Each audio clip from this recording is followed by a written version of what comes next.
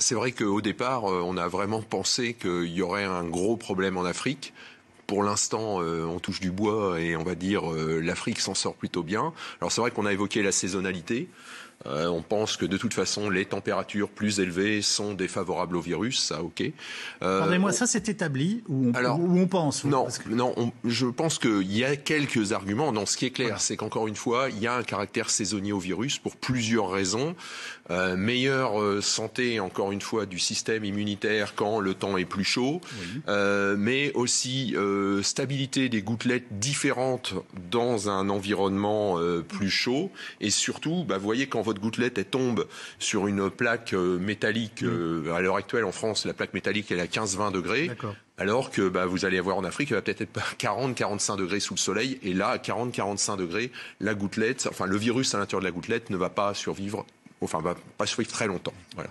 Donc... Et l'autre chose aussi, c'est quand même que la population africaine est globalement plus jeune, voire beaucoup plus jeune que la population européenne. C'est la plus jeune de la planète. Voilà. Les chiffres sont étourdissants, non? Moyenne d'âge en Afrique? 19 ans. 19 ans. C'est l'âge médian. L'âge médian. Il y a à peu près 2 tiers des Africains qui ont moins de 35 ans.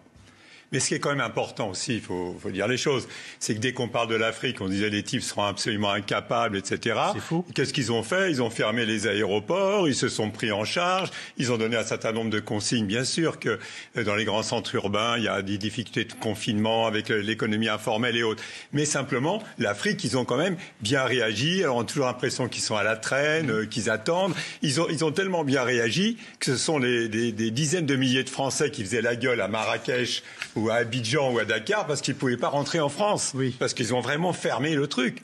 Et à partir de ce moment-là, ils se sont pris en charge. Et le véritable problème de l'Afrique, ça sera moins... Je veux dire, on dit toujours, oui, mais on ne sait pas, etc. Mais dans les hôpitaux, c'est vrai qu'en Afrique, il n'y a que deux médecins environ pour 10 000 habitants, contre 35 médecins en Europe. Il y a certainement, d'ailleurs, c'était il y a quelques années, on plaisantait toujours en disant qu'il y avait plus de médecins béninois en France qu'au Bénin. Mais je veux dire, la réalité, c'est que l'Afrique n'est plus l'Afrique qu'on imagine aussi il y a 10-20 ans. Il y a une prise en charge. Le problème, on en parlera sans doute, c'est l'impact économique, et je veux dire, dans des économies informelles. Mais la réalité, c'est que l'Afrique a bien réagi.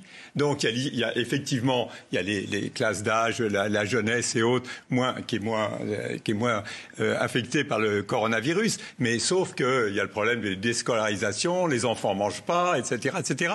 Donc, il y aura d'autres impacts. Mais l'Afrique a bien réagi. C'est un fait, c'est une constatation, il faut le dire. Eh ben oui, il faut le dire, c'est important.